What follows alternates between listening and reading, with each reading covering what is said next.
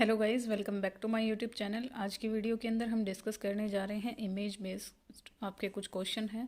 ठीक है, इससे पिछले वाली जो वीडियो थी पिछले संडे हमने पढ़ा था आपके 12 क्वेश्चन तक हमने ये पढ़ लिया था, जिसके अंदर हमने कुछ इंस्ट्रूमेंट आपके देखे थे, जिसमें से आपका एक था uterine sound, Sims uterine curette और आपका ओवम फोर्सेप और आपके कुछ ये थे एंटीरियर वॉल रिट्रैक्टर। ठीक है, तो काफ़ी सारे क्वेश्चन थे, ये हमारे प्रैक्टिकल एग्ज़ाम्स में हमसे पूछे जाते हैं। ठीक है, तो आगे बढ़ने से पहले हम इन्हीं का कुछ क्वेश्चंस में हमें बता रखा है refer explanation at the end, तो हम पढ़ लेते हैं। जैसे कि देखिए, हम एक क्विक रिवीजन ले लेते हैं पीछे वाली वीडियो के अंदर हमने जो भी पढ़ा था, ताकि आपको थोड़ा रिमाइंड रहे, या फिर ये पीछे वाली वीडियो जिन्होंने नहीं देखी है उसके उनका भी थोड़ा कवरअप हो जाए। तो देखिए, फर्स्ट जो हमें इंस्ट्रूमेंट दिखाया था वो था यूट्राइन साउंड।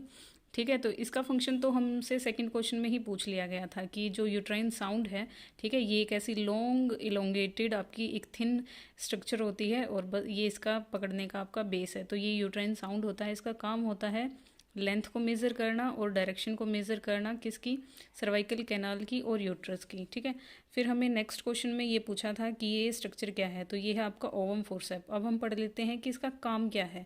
ठीक है, ओवम फोर्सेप काम किसके लिए आता है, तो ये आपका कंप्लीट स्ट्रक्चर है ओवम फोर्सेप का। ठीक है, तो ऐसा ओवम फोर्सेप आपका होता है, तो ये काम आता है use to remove the placental fragment and product of conception inside the uterus. तो ये क्या काम आता है आपका, रिमूव करने के लिए प्लेसेंटल फ्रेगमेंट, अगर प्लेसेंटा के कुछ छोटे छोटे टुकड़े बच गए हैं उनको निकालने के लिए, और प्रोडक्ट ऑफ कंसेप्शन यानी यूट्रस के अंदर जो भी आपका जितना भी बच्चा बना हुआ है उसको निकालने के लिए। ठीक है, also used as a haemostatic clamp, और इसको साथ में कैसे भी यूज़ किया जाता है, हीमोस्टेटिक, हीम वर्ड आपका ब्लड के लिए आता है, स्टेटिक यानी रोकने के लिए, तो ब्लीडिंग को स्टॉप करने के लिए आपका जो वर्ड यूज़ होता है वो होता है हीमोस्टेटिक।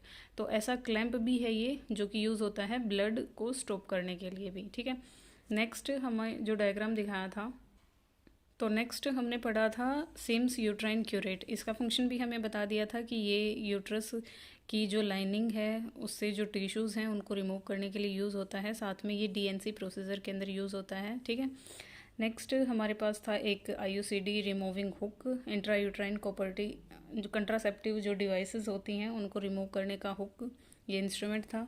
ये बच्चे के न्यूबॉर्न जो बेबी होते हैं उसके एम्ब्लाइकल कॉर्ड पे लगाया जाता है, तो ये एम्ब्लाइकल कॉर्ड क्लैंप हो गया। उसके बाद है हमारे पास हैगार डायलेटर। तो हम अब पढ़ते हैं हैगार डायलेटर है वो किस काम में आता है, क्या यूज़ है इसका। तो हैगार डायलेटर का आपका फंक्शन रहेगा, these dilator are use to treat the vaginismus and to increase cervical dilation. अब इसका नाम ही डायलेटर हो गया, तो ये क्या करने के लिए यूज़ होता है आपका, सर्विक्स को डायलेट करने के लिए, और एक कंडीशन है आपकी वेजिनिज्म, इसको ट्रीट करने के लिए। ठीक है, these dilator are also use to increase the size of stoma following the colostomy. ठीक है, एक तो आपका ये यूज़ हो जाएगा वेजाइना की इस कंडीशन को ट्रीट करने के लिए, सर्विक्स को डायलेट करने के लिए। ठीक है, जिसके अंदर जो वेजाइना है वो आपकी नैरो हो चुकी होगी, उसको डायलेट करने के लिए। ठीक है, ऐसी कंडीशन को, और साथ में ये यूज़ होता है आपका to increase the size of stoma following the colostomy. Colostomy आपका एक प्रोसीजर होता है जिसके अंदर कोलोन को स्किन के ऊपर से आपका ओपन किया जाता है। ठीक है, तो स्टोमा के साइज़ को अगर इंक्रीज़ करना है तभी भी हम हैगार डायलेटर यूज़ करते हैं। ठीक है, नेक्स्ट देखिए, नेक्स्ट हमने पढ़ा था सिम्स पोन परफोरेटर। ठीक है, ये एक इंस्ट्रूमेंट हमें दिखाया था, तो ये आपका था सिम्स पोन परफोरेटर। अब ये किस काम में आता है वो हम देख लेते हैं। ये यूज़ होता है टू रिमूव द फिटस,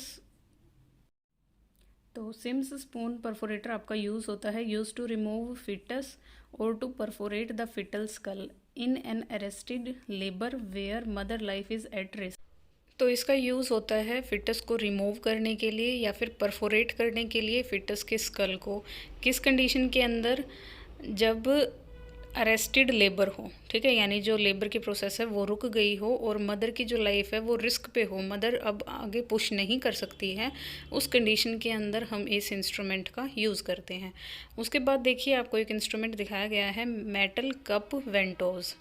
ठीक है, ये आपके मेटल के बने हुए हैं, और नेक्स्ट क्वेश्चन में आपका था ये सिलिकॉन कप वेंटोज। ठीक है, तो ये दोनों ही हैं जो आपके वेंटोज डिलीवरी के अंदर यूज़ होते हैं। तो देखिए, इनकी एक्सप्लेनेशन पढ़ते हैं। मेटल कप वेंटोस जो है ये एक वेंटोस डिलीवरी नाम होता है आपका एक प्रोसीजर का। तो उसके अंदर ये यूज़ होता है किसके लिए? For vacuum extraction. ठीक है, तो जो वेंटोज़ है ये कनेक्ट होता है एक रबर ट्यूब के साथ और एक मेटल की चेन के साथ। ठीक है, तो जो वेंटोज़ कप है ये बच्चे के हेड पे लगाया जाता है और फिर उससे बच्चे को खींचा जाता है। ठीक है, तो उस प्रोसीजर को हम वेंटोज़ डिलीवरी बोलते हैं। नेक्स्ट, तो ये तो हो गया हमारा रिवीजन। अब तक हमने पीछे की वीडियो के अंदर जो पढ़ा था, अब हम आगे की वीडियो शुरू करते हैं और इसके अंदर पढ़ते हैं नेक्स्ट क्वेश्चन आपके। तो ये कंडीशन आपको एक दिखा रखी है ब्रेस्ट की, एक ये कंडीशन है जिसके अंदर जो निप्पल है अलग ही तरह से आपको दिख रहा है एक नॉर्मल निप्पल के मुकाबले। ठीक है, तो इस कंडीशन को हमने देख के डायग्नोज करना। तो ये क्वेश्चन आपका पूछा गया था। ये सारे ही क्वेश्चन हैं जो पहले पूछे जा चुके हैं किसी न किसी एग्जाम के अंदर। तो देखिए, ये आपसे पूछा है क्या ये क्रैक्ड निप्पल है या फिर पेपिलोमा ऑफ निप्पल है, यानी निप्पल के अंदर कोई ट्यूमर हो रखा है, या फिर इन्वर्टेड निप्पल है, या फिर रिटेंशन सिस्ट है, या फिर कोई सिस्ट बनी हुई है यहाँ पे ग्लैंड ऑफ मोनोटोगमरी की। तो ये जो कंडीशन है ये हमारी क्या है? इन्वर्टेड निप्पल की कंडीशन है। ठीक है, नेक्स्ट हमें एक डायग्राम दिया है यूट्रस का और पूछा है कि क्या एनोमली है, यानी क्या एबनॉर्मलिटी आपको दिखाई दे रही है यूट्रस के अंदर। ठीक है, तो यूट्रस के अंदर देखिए आपको क्या एनोमली दिखाई दे रही है यहाँ पे। तो ये क्या ये डाइडेफ्लिक कंडीशन है, एरुकेट है, या फिर यूनिनेट है, या फिर बाइकॉर्नेट है। तो ये जो कंडीशन है ये बाइकॉर्नेट है। ठीक है, वैसे ऐसी कंडीशन होनी नहीं चाहिए। यूट्रस आपका यहाँ पे दो कैविटी है, आपके पास दो यूट्राइन कैविटी आपको शो हो रखी है। नॉर्मल यूट्रस कैसा होता है? यूनिकॉर्नेट होता है, सिर्फ एक ही कैविटी प्रेजेंट होती है। यहाँ पे यूट्रस आपकी दो कैविटी के साथ प्रेजेंट है। ठीक है, नेक्स्ट कंडीशन क्या है आपकी? नेक्स्ट डायग्राम के अंदर हमें दिखा रखा है एक प्रोसीजर दिखा रखा है। मदर के एब्डोमेन पे एक बेल्ट लगाई हुई है। ठीक है, तो इसी में ये जो प्रोसीजर है ये लेबर रूम के अंदर किया जाता है। तो अब आपसे पूछा है कि ये कैसा प्रोसीजर है। तो पूछा है क्या ये कलर डोपलर है, एमनियोसेंटेसिस है, या फिर ईएमजी है, या फिर एनएसटी है। एनएसटी की फुल फॉर्म होगी आपकी नॉन स्ट्रेस टेस्ट। तो ये क्या है आपका? नॉन स्ट्रेस टेस्ट है ये। एमनियोसेंटेसिस नहीं है। एमनियोसेंटेसिस के अंदर एमनियोन से फ्लूइड निकाला जाता है और फिर बच्चे को, ये आपका फर्स्ट ट्राइमेस्टर के अंदर ही हो जाता है एमनियोसेंटेसिस जो है। तो ये ऐसी कंडीशन नहीं है। तो लेबर रूम में कब ये प्रोसीजर होता है? ये आपका 9 मंथ लास्ट ट्राइमेस्टर के दौरान ये आपका टेस्ट किया जाता है।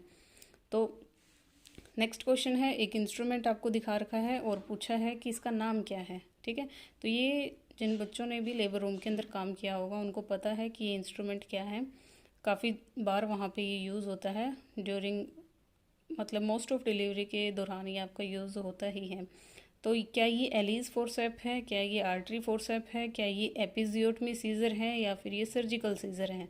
तो ये हमारी है एपिजियोटमी सीज़र। ठीक है, एपिजियोटमी सीज़र है। एपिजियोटमी एक प्रोसीजर होता है, ठीक है, जो कि डिलीवरी के दौरान किया जाता है। मदर की वेजाइना के अंदर एक कट लगाया जाता है जिसकी मतलब वेजाइना को वाइड करने के लिए, ताकि बच्चे की जो डिलीवरी है वो जल्दी से हो जाए। तो ये हम प्रोसीजर कभी किसी और वीडियो के अंदर डिटेल के अंदर पढ़ेंगे। ठीक है, नेक्स्ट क्वेश्चन है हमारे पास, look at the image and identify the grip. ठीक है, इस इमेज को देखिए और बताइए ये कौन सी ग्रिप है। तो क्या ये पेल्विक ग्रिप है, क्या ये एब्डोमिनल ग्रिप है, या ये फंडल ग्रिप है, या फिर ये अम्बलाइकल ग्रिप है। तो देखिए यहाँ पे एग्जामिनर ने जहाँ पे भी हाथ लगाया हुआ है ये आपका यूट्रस का फंडस एरिया होता है। तो इसीलिए ये क्या है आपकी फंडल ग्रिप है, जिसमें वो क्या चेक कर रहा है? बेबी के बैक एरिया को भी चेक कर रहा है और साथ में फ्रंट के ऑर्गन्स को भी चेक कर रहा है। उसके बाद देखिए नेक्स्ट क्वेश्चन है, इसके अंदर आपको बेबी की एक पोजीशन दिखाई गई है। तो पूछा है कि ये कौन सी प्रेजेंटेशन है। तो क्या ये लेफ़्ट ओसिपिटो पोस्टीरियर है, या फिर राइट ओसिपिटो पोस्टीरियर है, या फिर लेफ़्ट ओसिपिटो एंटीरियर है, या फिर राइट ओसिपिटो एंटीरियर है। तो ये जो पोजीशन है ये कैसी है? ये राइट ओसिपिटो, क्योंकि आपको यहाँ पे बच्चे का ओसिपिट दिख रहा है। ठीक है, और एंटीरियर है ये। ठीक है, उसके बाद 90 नंबर क्वेश्चन में आपसे पूछा है, narrowest part of the structure shown in the photograph. ठीक है, तो ये किसकी फोटोग्राफ की बात कर रहे हैं, ये फेलोपियन ट्यूब के बारे में बात कर रहे हैं। तो फेलोपियन ट्यूब के टोटल 4 पार्ट होते हैं। इनमें से पूछा है कि यहाँ जहाँ पे एरो लगाई गई है ये नैरोएस्ट पार्ट है, इसका नाम बताइए। तो फेलोपियन ट्यूब का सबसे जो नैरोएस्ट पार्ट होता है वो कौन सा होता है, वो आपसे पूछा है। इनफंडिबुलम होता है, इस्थमस होता है, या फिर इंटरस्टिशियम होता है, या फिर एम्पुला होता है। तो कौन सा पार्ट, इंटरस्टिशियम जो पार्ट है वो सबसे नैरो होता है। ठीक है, नेक्स्ट क्वेश्चन के अंदर हमसे पूछा है कि ये डायग्राम आपको दिखाया गया है, इसमें आपसे पूछा है कंजेनाइटल एनोमली बताइए। ठीक है, of the organ shown in the photograph. तो अब देखिए यूट्रस के अंदर ही आपको देखने को मिल रही है कि ये एक अलग ही तरह का, ये आपका वही जो हमने पीछे डायग्राम देखा था बाइकोर्नेट वाला। ठीक है, वैसी ही ऐसी एक स्ट्रक्चर हमें देखने को मिल रही है। तो ये आपसे पूछा है कि ये क्या एनोमली है। सबसे पहले तो ये यूट्रस की एनोमली है, आपको पता होना चाहिए क्या ये यूनिकोर्ट है, बाइकोर्नेट है, या फिर एरुकेट है, या फिर सेप्टेट है। ठीक है, तो इसमें 2 अलग अलग भी नहीं बने हुए हैं आपकी, ना ही ये यूनिकोर्नेट है ना ही ये बाइकोर्नेट है। ये क्या है, यूट्रस तो एक ही है लेकिन इसको बीच में से अलग से डिवाइड कर दिया गया है, सेप्टेट। तो ये कंडीशन आपकी क्या है, सेप्टेट की कंडीशन है। आज की वीडियो के अंदर हम इतने ही क्वेश्चंस को डिस्कस करेंगे। आई होप ये क्वेश्चंस आपको अच्छे से समझ आए होंगे, और हमने पीछे वाली वीडियो के भी क्वेश्चंस को थोड़ा रिपीट अप किया है और उनकी एक्सप्लेनेशन भी पढ़ी है। आई होप वो आपके लिए यूज़फुल रहे। फिर भी आपको कोई डाउट बचता है तो आप कमेंट सेक्शन के अंदर पूछ सकते हैं। मैं अपनी तरफ से पूरी कोशिश करती हूँ जितना हो सकता है उतना एक्सप्लेन करने की। बाकी आप सब बताइएगा। थैंक यू गाइज़, मिलते हैं नेक्स्ट वीडियो के अंदर नेक्स्ट टॉपिक के साथ।